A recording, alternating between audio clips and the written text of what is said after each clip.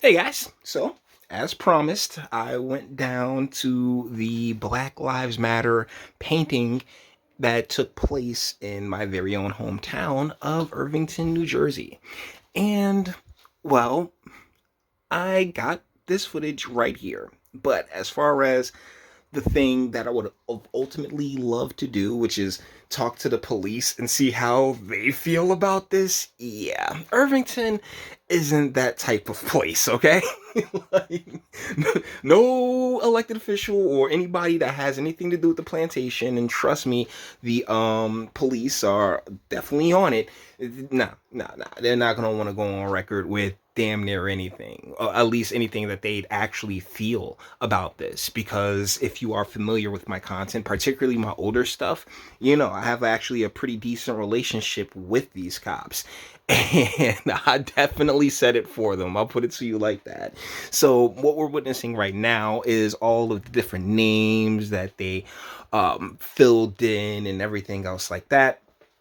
Some of these names I've never even heard before, but I'm willing to guarantee none of these names got murdered in Irvington. So I'm like, wait, what?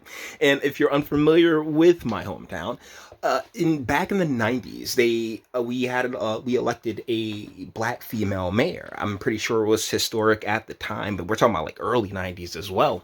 So so when it comes to blackness and black leadership and putting women first and ladies lead and all the identity politics that such organizations and movements like Black Lives Matter like to lean on oh so hard, the township of Irvington was like we already crossed that bridge a very long time ago. And another thing that I don't think got mentioned at the event was that the Supreme Court nominee, the New Jersey Supreme Court nominee, is a black woman from Irvington. This town ultimately has nothing to like should be the last place propping this nonsense up, but it's a soft target to prop the nonsense up. Now, Al Sharpton was there, and the event calendar said 11 o'clock. Guys, you get about an hour of my time, all right? I give you an hour.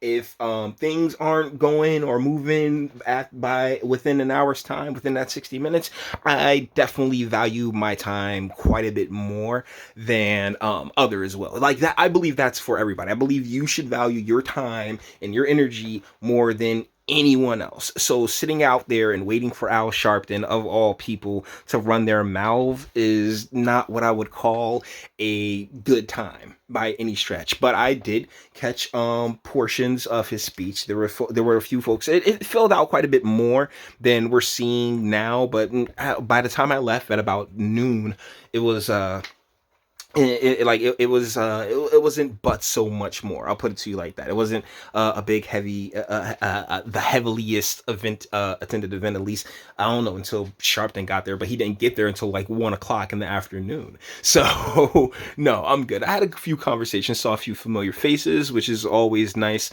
Good. And here's the thing. Here's the real kicker, gang.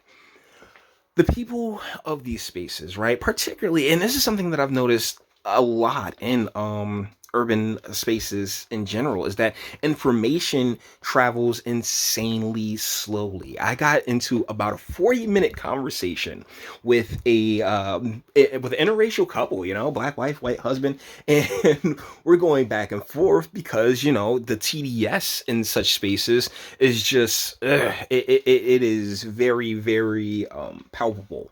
And so I'm explaining to them how Black Lives Matter is a Marxist organization. Where did you hear that? I heard it from their leadership and on their website. Well, it's on the internet. And by the way, internet, your faulty credibility is a pain in the ass.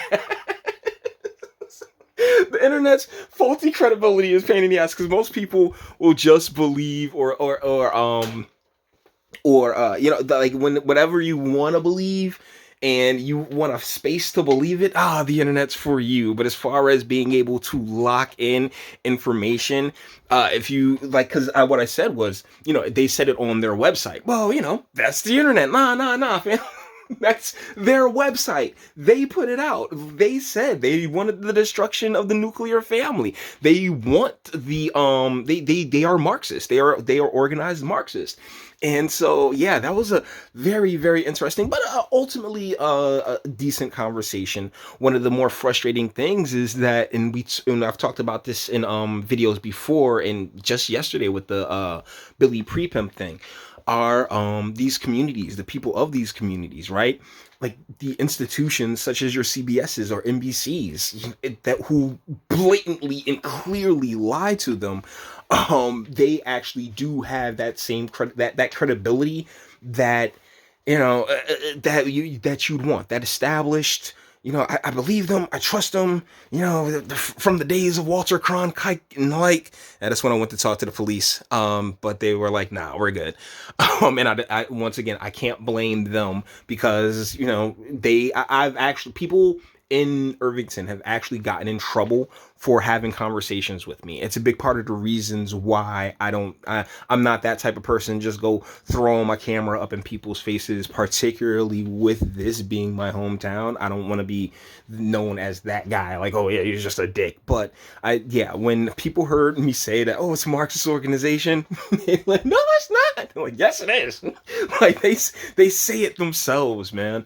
And so, yeah, I didn't bother looking for Tony. I ran across a couple of council members, but a few dignitaries and the like. But real talk, like it really is dealing with NPCs in a lot of respects. Raz Baraka came through, Nork's mayor came through as well, because they're all in cahoots.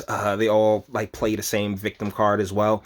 And one of the more infuriating things about this, I was also on the check yes, circle in yes on question one kick, because the drug war, man. We got to end the drug war. I never stopped. I never stopped, because it's been a while since I've seen quite a few of the people here, but I never stopped my crusade. And come in next month, fingers crossed, next month, fruit, right? The seeds will bear fruit, and it will be a fantastic thing. And I think I've done more to actually fix these problems than than painting random strangers who never spent a day in this town name on the sidewalk. But either ways, guys, with that being said, we're gonna bring this one to an end. All the internet stuff, if you liked it, toss it a like, dislike, go ahead, do that too. Nobody's scared of you. Sub if you jump a fantastic voice and want to get videos like this every single day. Share, because sharing is caring. And YouTube and Bitchute and like aren't the biggest fans of your boy over here for the very obvious reasons. Bang the bell for notifications. Get something from Teespring and speak. Let me know, what do you guys think in the comments? Like I said, it's a low, and like I don't want to. It's a lot of misinformation, which we both agreed on. Like me and the couple, we agreed on so many things, just from different angles, that it was astounding. But a major part of it was, the exact same things that this organization, like there's a level of, and I hate to use the term ignorance, but there is a level of ignorance amongst, like, that is just marinated into our communities because of the very slow, I don't even want to call it low or misinformation, just slow information voters, right?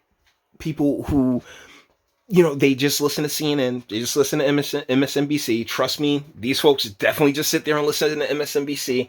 And so what they say is that what they say goes for them. And if MSNBC doesn't highlight that, yes, this is a Marxist organization that believes in the destruction of the family, then you know what they don't know is that it's a Marxist organization that believes in the destruction of the family. You get what I'm saying? They are, it's just, I want to say probably 90% of them. And that's another reason why I never want to go too hard on these folks, because it's not a matter of like your heart being in the right place. I love you to death, to no ends. It's just that you're being used. And that's the part that infuriates me more than anything else. But you may disagree. My comment section's always open. And until the next one.